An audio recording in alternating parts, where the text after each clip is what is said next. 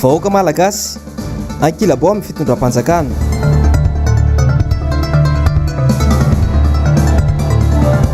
Fifidianana filohan'ny Confédération africaine baolina kitra tsy mahazo mirotsaka Ahmad Ahmad.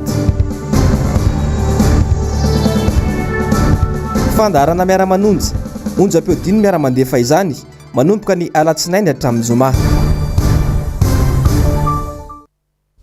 Tokolasy tompoko vavy ankafaliana sy ankaravona indray no tsidihako ny tokantranonao izay manaraka ny fahitalavitry ny MBS amin'ity ariva ity. Manasanao mpanajana sy ampitiavana anaraka hatramin'ny farany ny fampalalam-baovao. Famitaraina noho ny krizy iainan'ny vahoaka malagasy ny tokantrano amin'izao fotoana izao. Tsy mifanaraka amin'ny filan'ny vahoaka nefa ny vahaolana atotry ny mpitondra fanjakana. Araro ny fanadihadiana entin'ny Germaine Menjanary teo amin'ny sarin'ny tahirinena Ranarynirina.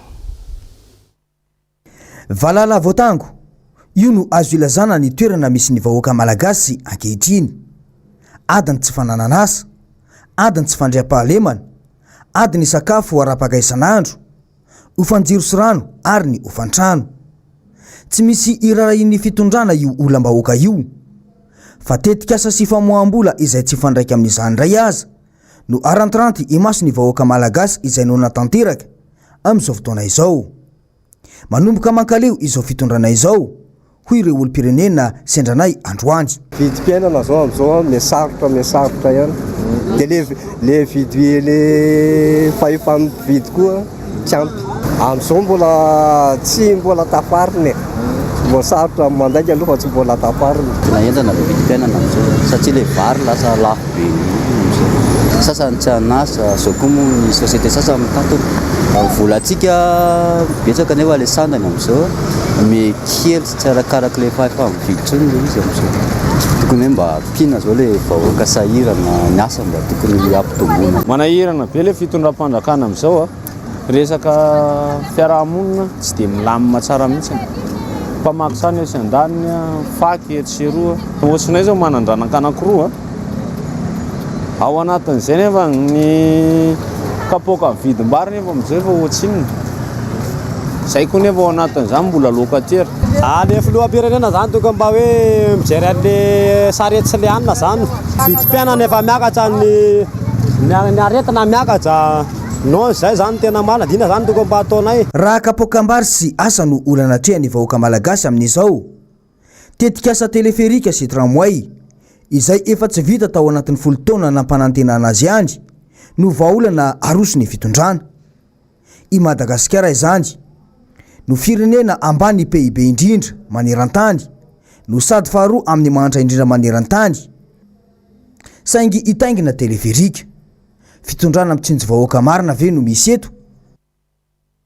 Vavoan'ny baolina kitra malagasy kosa indray dia laviny komisiona mpitatana ny CAF ny filatsako fidiana Andriamatoa Ahmad amin'ny fifidianana sy eo amin'ny kandida zany amin'ny fifidianana manaraka. Arao ny fanadihadiana entin'ny Ravirazafy Mahefa eo amin'ny sarin'ny Toky Ramarla.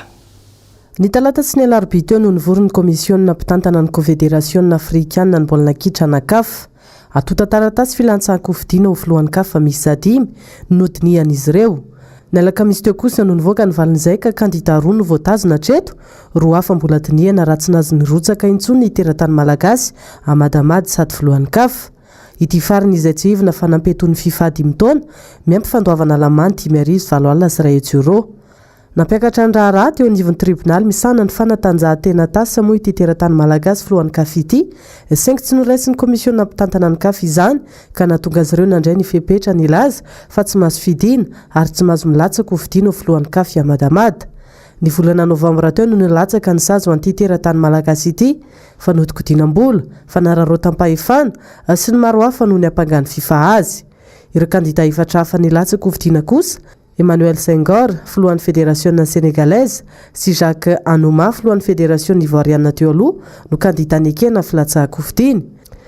Mbola tiniana kosa ny atota taratasy le Mauritanien Ahmed Yahya sy le Afrikanina tatsimo Patrice Motsepe. Ho an'ny komity mpanatanteraka izay misy 13 fidiana, isan'ireo kandida ramatoa Patricia Rererson, mpikambana teo aloha tao anatin'ny komity mpanatanteraka ny FMF na ny Fédération malagasy ny baolina kitra. Atsivina 12 maritsa ho avy izao.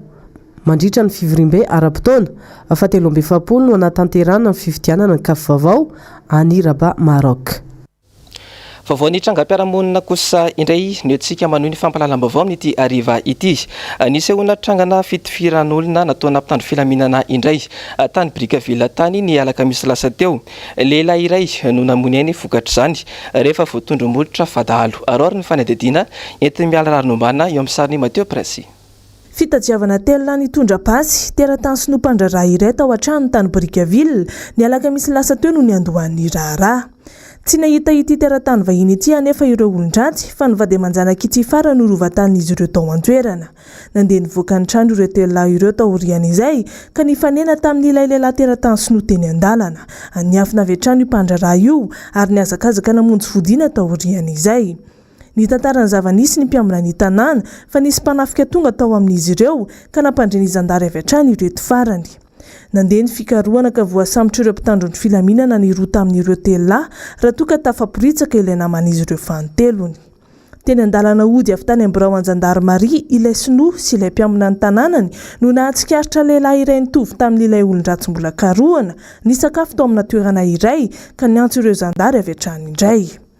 Ankeviny nisy fifamaliana teo amin'io lehilahy io sy ny mpitandro ny filaminana rehefa tonga tao amin'ilay toerana ny zandary.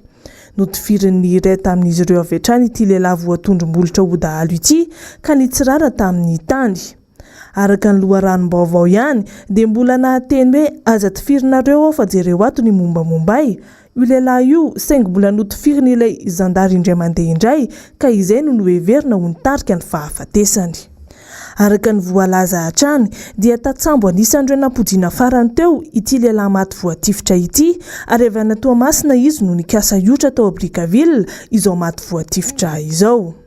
Niteraka resabe tany anaty tambanjotra an-tserasera-tany indray ity raharaha fitifirana olon-tsotra na voakasika zandary ity. Mipetraka ny fanontaniana hoe fa efa nahaveza no nahafahany mpitandro ny filaminana io nitifitra. Iza no nanome baiko? Samy andro ny mety ho toy ny tsiraraha ity sy ny fandraisana ndraikitra eo anivon'ny Jandarmaria am-pirenena ny rehetra. Ny vaovao malaza amin'ny eran-tany kosa indray dia mitohy ny fampiaton'ireo kirakira ny tambajotra tserasera an'i Donald Trump manoloana ny fanakorontanana sy ny herisetra nataon'ireo mpomba azy tao amin'ny kantôla ny herinandro lasa teo. Arory ity fanadidina entin'ny miala ranombana teo amin'ny sariny Mateo Prince ity. Raha tao anatin'ny 12 ora no nampiatonan'i Donald Trump tamin'ny compte Twitter ny alarobia lasa teo dia nanapa-kevitra ny ampiato azy mandritra ny fotoana maharitra ny mpamorona ity tambazotran sosialy iray ity. Omaly hariva no nivoaka io fanapahan-kevitra izay tsy nahafaly velively ity filoham-pirenena republikanina ity. Raha ny fantatra mantsy dia ity tambazotran sosialy iray ity no tiany indrindra no ity fantsom-pifandraisana ity nanampibetsaka sy nanandratra azy teo amin'ny lafiny ara-politika. Noraisina io fanapahan-kevitra io isorohana ny mety isian'ny fiantsiana amin'ny fanaovana herisetra hafa indray taorian'ireny zavanseho tao amin'ny Capitole fohy be ny Kongresy Amerikanina ireny.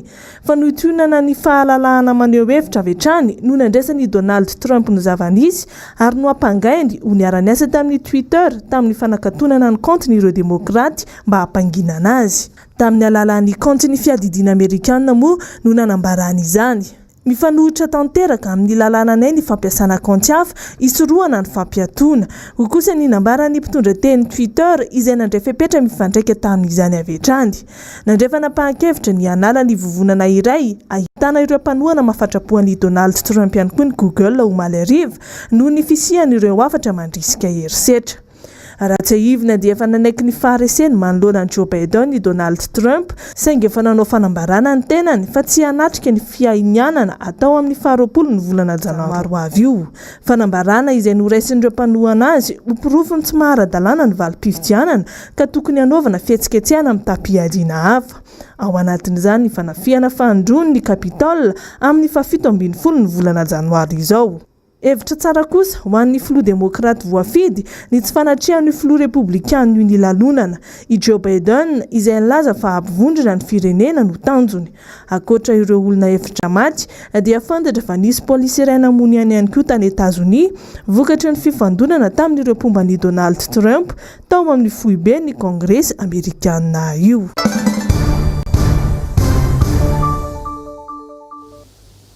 Vaovao ny politika kosa indray dia miteraka resabe eto amin'ny firenena ary saika mampisavorivory ny sain'ny mpanara-baovao ilay raharaha volamena tratra tany Afrika Atsimo iny. Nisy indrindra moa araka izany ny fanadihadiana manokana nataony namana mpanao gazetiny MBS Germaine Menjanary teo amin'ny sariny Toky Ramarla. Ny 4 Janoary no nanomboka fantatra sy nalaza teto Madagasikara. Ny ainga avy tamina fampahalalam-baovao taty Afrika Atsimo. Ny fahatrarana volamena telo amin'ny fitopolo faingo 5 kilao avy ety Madagasikara. Ny faraika amin'ny telopolo ny volana Desambra. Ny 5 Janoary samy nilaza otsina nanome taratasy fahazahoan-dalana manondrana momba ilay volamena telo amin'ny fitopolo faingo 5 kilao. Ny ministry ny Arenankibony tany izay naneo fa ny Oktobra no efa voarara ny fanondranana ary ny ladoany izay eo ambanin'ny fiahiny ny ministeran'ny toe-karena sy ny vola kosa nilaza fa efa ny volana Aogositra no tsy azo atao ny fanondranana. Sidina antsokosoko sy misy tsikombakomba ary nisy hatraminy hoe tapaka ny caméra de surveillance hoy ny sekretera-panjakana miadidy ny gendarmerie. Tamin'ny alarobia fahenany volana Janoary no nambara tao anatin'ny filan-kevitry ny ministra fanotory ny fotoanam-panjakana momba ilay volamena. Tsy maintsy atao amin'ny fomba rehetra ny amerenana io volamena io ao amin'ny banky foiben'ny Madagasikara. Nandritra ny fivorian'ireo ministera maromaro voakasika ny alakamisy fa 7 ny volana Novambra teo no nilaza ny ministry ny fitsarana fa ho ampodiana mialohan'ny 12 ny volana Janoary ireo telo lahy nahatrarana ilay volamena satria malagasy ireo entana avy ety Madagasikara io ka rarina raha tia no tsaraina. Io daty io no fotoana nomen'ny Afrikana Tatsimo itsarana azy ireo. Nisy fampiantsoana ireo voasambotra roa teto Madagasikara sy ireo rehetra mety ho tafiditra. Mpisolo vavan'ny mpanamory, ny avy amin'ny PAF, ny ACM, ny faditseranana ary hita nanotrona ny mpiasan'ny tale jeneraly ny ACM sy ny tale jeneraly ny faditseranana saingy efa tamin'ny valora alina tsy nanomboka ny fanadiadiana fa miandry ny avy any Toliara. Androany fasivy ny volana Janoary nivoaka indray ny vaovao nilaza ireo tratra taty Afrika Atsimo hoe volamena avy any Mali fa tsy avy eto Madagasikara. Nahoana no malagasy no voasambotra ary inona izany no nataony volamena malianina taty Madagasikara? Odisoana ve izany? Nambara ny SEG na ny sekretera medidy ny gendarmerie fa efa indimy ny sasany amin'ireo olona tratra no nivezivezy teto ary nisy tsikombakomba. Misy ihany koa ny fampahalalam-baovao dia ny hoe saika amony tena ny ray tamin'ireo voroiroy. Samy niandry ny hotoiny ny rehetra fa ny isan'ny fanontaniana mipetraka dia ny hoe ho vitan'ny fanjakana ve ny anaisotra azy telo any Afrika Atsimo mora fotsiny alohan'ny 12 ny volana Janoary anaovandry zareo fitsarana? Ho antsika malagasy dia trafikana arem-pirenena sy fandikan-dalana fe ny fivoahany sistany no mety vesatra hiampangana azy ireo. Fa ny azy ireo dia ivo sy lafo ny kevitra hafa mihitsy no azo hitondrana ny raharaham-pitsarana fa tsy hitovy amintsika velively. Mety hibantoerana ao anatiny ohatra ny lafo ny fiandrianam-pirenena na ny souveraineté nationale ho an'ny Afrikana Tatsimo satria azo ambaro ho tandindomindroza ny firenena. Nisy olona tsy tafiditra mety ho azo arina amin'ny hoe mpampiorohoro na ny terrorista na olona avy amina firenena-kafa mety ampididoza tafiditra ka tsy maintsy miaro ny taniny izy. Mpanao trafikana volamena goavana no tratra teto mety ametraka lazaratsy ho azy izany na firenena iodinana sy ifamezivezeny trafika maloto samihafa ihany koa ny firenena. Eto ihany koa dia ahina ho tafiditra any anatina fifandraisana ara-diplomatika raha tsy mitandra ny mpitondra eto amintsika. Ary efa misy firenena afrikanina voatonotona ihany koa mantsy ankehitriny dia i Mali. Mametraka lazaratsy hatrany ho an'ny Madagasikara izany. Asany na ho avoaka sy ivoaka ny tena anaran'ny tompony entana sy ireo tena atidoha na hijanona amin'ireo sokazin'olona irakiraka fa toa misy ny finiavana hitarika ny sain'ny mpanao raha-baovao amina fomba fijery sy petra-kevitra tsapa ho tombotsingelaila ataon'ny mpitondra momba ity raharaha ity. Andrasany ny toy ny vaovao. momba izay fandranana ny arem-pirenena atsokosoko izay dia nitondra ny heviny akoho androany ny teo anivon'ny RMDM diaspora. Germain Menjanary eo amin'ny sariny Mateo Prince. Mazava ny voalazan'ny ministry ny vola sy ny ministry ny arenakibony tany momba ny lalàna eto amintsika na dia samihafa aza ny daty nolazain'izy ireo fa namoahana ny didy voarara ny fanondranana volamena eto amintsika. Mbola mipetraka ihany koa ny lalàna izay nataony filoham-pirenena tao anatin'ny fihibohana momba ny sidina sy ny fivezivezena any ivelany. Mazava ny karatra momba ity raharaha volamena tratra tatsy Afrika Atsimo ity. Rehefa manao vol privé ohatran'io dia misy itinéraire angatahana ary liste des passagers. Voalohany indrindra io avion io izay avion STA Société de Transport Aérien zay avion Société de Transport Privé mpanao evasanina dia nahazo alalana anao evasanina. Zay no alalana nangatana voalohany andehanao evasanina La Réunion dia dokotera anankiray sy ny pilote ny tao anatiny no savaina teo hivato. Eo zany dia efa gagantsika hoe maninona moa zany tsy misy scanner le andalovan'le entandreo olon'ireo fa misy olona miditra zany ao ny contrôleur ny PAF ny CSPI mandeha manao contrôle ery amin'ny terrain ery. Dikan'izay efa grobaka passoire io fivoahana avion privé io. Fantatsika tsara fa mamy raha vatomanga dia manana avion privé ao amin'ny groupe TOA menazy. Zay na ao amin'io hivato io. Izy zany manana avion privé dia misy koa ny tompony CSPI les sociétés izay misava ny entan'ny mpandeha eo amin'ny scanner sy amin'ny caméra de surveillance. Andrasan'ny vahoaka malagasy ny fitsarana sy ny tena tompon'andraikitra efotony amin'izao fanabotriana ny arem-pirenena izao. Tsy afa-miala amin'izany ny fotoanam-panjakana malagasy. Amin'izao tsika miteny izao mbola état d'urgence Madagascar. Zany hoe midiny frontière zay moa nanaovany zareo anazy ary frontière amidy io dia izy mianakavy ihany no mahazo mivoaka sy miditra eo. Zany hoe rehefa ry filoha mianakavy sy ry mpitondra mianakavy no te hivoaka miditra dia mahazo mivoaka. Fa ny olona ankoatran'izay dia mila mangataka alalana ao amin'ny présidence. Tsy maintsy mahazo alalana amin'ny SGP na amin'ny Hermad zay vao mahazo autorisation izany ao amin'ny Hermad manga. Tsisy ny président ny conseil d'administration tsisy ny DG any Hermad fa izy no mandidy sy manapaka amin'ny vol mandeha mivoaka sy miditra ao. Ary SGP no manapaka vol izy amin'ny mahazo miditra frontière izy no azo nivoahana ary dia eto zany aloha dia ao amin'ny présidence tompony andraikitra voalohany namoaka an'io avion io.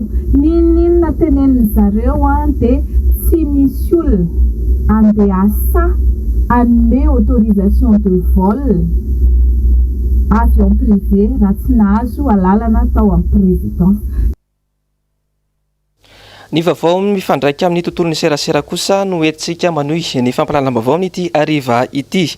Mandeha amin'ny alalan'ny onjam-peo misy 5 eto an-drenivohitra ny fandarana miara-manonja izay ataon'ny antoko-panohitra. Ny raharaham-pirenena no tena horesana mandritra n'ity fandarana manokana ity. Ravira Zafimahenina sy Toky Ramarla. Amin'ny 10 ora sy sasany hatramin'ny 12 ora sy sasany fandarana miara-manonja ao amin'ny MPS radio, ny radio Mada, ABC radio, So radio ary ny AZ radio. Miankina amin'ny zava-misy eto amin'ny firenena no isintomana lohahevitra isan'andro ka izy ny fifandimbiasam-pitenenana famitana vaovao mivantana amin'ny alalan'ny antsan-tarobia na ihany koa ny fanasana olona mandritra ny fandarana miara-manonja. Ny fandarana miara-manonja dia iarahany atao hoe ireo mpanintana fandarana, mpanao gazety, mpanao politika na mpiatsehatra eo amin'ny tontolon'ny sehatra politika izay afantatrareo ary fiainonareo matetika amin'ny ainao manjery dia ireo no ifandimby eto zany ampiaina an'ity fandarana miara-manonja ity. Ny fandarana miara-manonja dia anarana tsy zoviana amintsika rehetra intsony satria tsy vao tamin'ity taona 2 ity no misiny zany fiteny hoe miara-manonja izany fa efa tany amin'ny 2 no nanomboka izany fitenenana hoe miara-manonja izany ary ny tontolo ny ainao manjery no nampiasana an'izay fitenenana hoe miara-manonja izay satria ny antony dia nahafahana nampifandray an'ireo onjam-peo maromaro ahafahan'ny olona maheno fandarana anankiray zay natokana ampitana vaovao zay tsara ho fantatry ny olona ary ifampiresahana amin'ny olona ihany koa ny zava-misy iainan'ny firenena dia naveritsika izay teny hoe miara-manonja izay satria ny teny miara-manonja dia tamin'ny hetsika nataony pomba ny président Marc Ravalomanana tamin'ny fotoanandro ny KMMR zany no nampiasana ny miara-manonja ankehitriny miverina amin'ny taniny zany zay fampiasana ny miara-manonja zay ary dia ato anatin'ity tontolo miara-manonja ity no ahitana an'ireo mpietsehatra maro samihafa ary ivondrona ny aty amin'ny fanoerana misy ny avy ao amin'ny panorama misy ny avy ao amin'ny RMD ary misy ny avy aty amin'ny antoko-panohitra izay mivondrona anatin'izany fa tsy resaka fa tsy ny antoko-tiako Madagasikara. Nisantarana ny fandarana omaly mahakasika ny fampianarana izay misedra olana amin'izao no ny fitokoana ny mpianatry ny ENS saika manerana nosy. Mazava fa tsy faiza mitantana ny fitondram-panjakana ary tsy fahaizana mijery ny tena tokony ara-pahamehana no mahatonga izany. Tsy kisendrasendra raha ireny hetsika ireny no nanokatra ny fihetsiketsehana fitakiana tamin'ity firenena ity tamin'ity taona ity satria dia taratra tsy ny fahombiazana ary ny tsy fisiany ilay politika mpanjakana mazava mikasika manokana ny fanabeazana sy fampianarana amin'ny ankapobeny. Raha vao ny andoty fametrahana nyity gouvernementany Repoblika fahaefatra ity dia anisany efa nitondra fanakianana ny tenako raha niditra tao anatin'ny fandaharana nanaovana tombanezaka ny gouvernement satria dia tsapa tamin'izay fa nisy ny olana fametrahana raha-drafitra ao anatin'ny sehatra ny fampianarana ara-teknika ny tenako fa ny arantsika nantara teto fa nandrakandramana izany nanaovana fanambarana ministera anankirongezabe dia ny fanabeazam-pirenena sy ny fampianarana teknika izany dia nihitantsika teo ny tsy fahombiazany matoa amin'izao fotoana izao niverina indray amin'ny fanasarahana an'izany fampianarana teknika sy ny fanabeazam-pirenena izany. Ireny fitakiana ireny mpianatra ireny nefa tsy zavatra vao niforonina androany fa vokatry ny fitakiana araka n'ireny fandaharana nataon'ireny solotena nitondra ireny fa betsaka ny ezaka efa natao nitakiana ireny mpianatra ary aradrarany satria raha ny fitondram-panjakana tia metraka an'izany fampianarana na fanabeazana manara-penitra izany dia inona maromarona fa tsy ny fanorenana fotodrafitrasa amin'ny alalan'ny EPP na fotodrafitrasa manara-penitra no ampanara-penitra ny fitondramany fanabeazana eto Madagasikara fa ny fanasizana lanja ny kalitaon'ny fampianarana ka ny fisian'ny kalitaon'ny fampianarana dia miainga avy any amin'ny mpanabe ka ireny ankizy mpiofana sy mpianatra any amin'ny ENS ireny no olona efa nanoka tena ary nanana an'izany fahaiza-manao mikasika an'izany fampianarana sy ny fanabeazana eto Madagasikara. Dikan'izany tokony ho misy ny fampitoviana lanja ary fanomezan-danja kokoa ny mpanabe raha tiana tokoa nametraka n'ilay politika fanabeazana anaraka ny fenitra iraisam-pirenena ka ampiakatra avo ny fahaiza-manao sy ny fahalalàn'ny mpianatra malagasy. Etsevina moa fa mandeha mivantana amin'ny tamazotra antserasera Facebook ary YouTube ny fandarana miara-manonja isan'andro manomboka ny alatsinainy hatramin'ny zoma amin'ny 10 hatramin'ny 12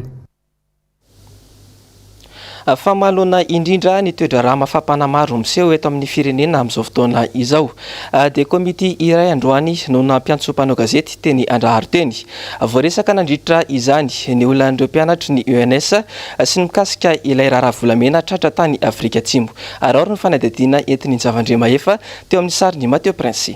Voany andony taona dia korotana savorovory sahady no nitranga teto amin'ny firenena. Akoatra ny fahasairanana mahazo ny ankamaroan'ny vahoaka amin'izao mantsy dia mitokona avokoa ny sehatra maro samihafa eto amin'ny firenena. Raha tsy ilaza afa-tsy ny fitokonana nataon'ireo mpianatra ny ENS Peflo izay mbola tsy miravina hatramin'izao. Ho an'ny komity misahana ny sohimbonana na ny KMSI dia vokatry ny tsy fahaiza mitantana avokoa ny anton'ireny zava-misy ireny. Nahavariana taminay nefany dia nisy fietsehana ngedabe nataon'ny mpianatra ny ENS dia ozy ny KMSI hoe tsy vahaolana ny fifanenjehana sy ny fanagadagadrana olona izay everina fa ho mpanabe atsoatsy ary tsy mety ny fandatsahana bomba mandatsa-dranomaso hoanina mpianatra ohatran'io oanay zany a ka messi de hoe tsy mbola mahavahany olana ny fanjakana amin'izao fotoana zao tsika nefa mieritreritra fa hanao zavatra ngeda be amin'ity taona ity ny olan'ny mpianatra raha tsy voavahantsika fa aza atao an'izany a ny fiainam-bahoaka eo anatrehan'lisy raha ny mikasika le volamena naondrana tsokosoko tratra tatsy Afrika Atsimo kosa indray dia milaza ny anara-masakaiky ny fanaydadiana mikasika azy io ihany koa ny KMSI. Fahasesilany ny faneho-kevitra ireo olom-pirenena mikasika ny gabary izay nataon'ny filohan'ny repoblika ny farantaona lasa teo. Androany dia pahalalana iray no namosaka ny heviny mikasika izany. Njavandriamahefa teo amin'ny sariny Andry Rakotomalala.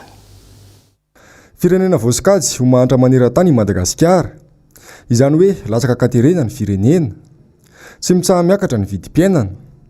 Sahirana ara-pivelomana ny ankamaroan'ny vahoaka. Tsy lazaina intsony ny keremazony mponina ny atsimo. Santionany hitarafana fa tsy mandeha araka ny tokony ho izy intsony ny fijerevana ny sosialim-bahoaka eto amin'ny firenena. Ny mamaika ny mpitondra nefa ity dia fananganana foto-drafitrasa isan-karazany. Tsy ny fananganana foto-drafitrasa akory no ratsy, fa moa ve mifanaraka amin'ny filan'ny vahoaka izay mitrongo voaomana izy ireny. Tsy le zavatra mahafinaritra akory no ilaina fa le zavatra mahasoa. Ary marina zany, inona ny mahasoa ny vahoaka?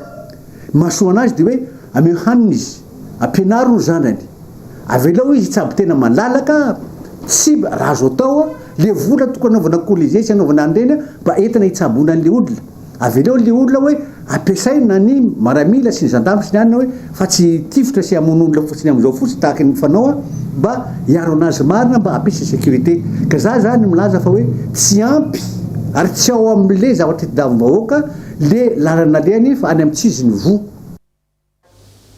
Dia fanadihadiana koa ry tompoko lasy sy tompoko vavy netoko manakatana ny fampalalam-baovao amin'ity androany ity isoraka ianao nanaraka izany hatramin'ny farany isorana ihany koa ny teknisiana sy ny mpanao gazety niara-nisala nanatotosa izao fampalalam-baovao izao samy io samy tsara ry tompoko lasy sy tompoko vavy.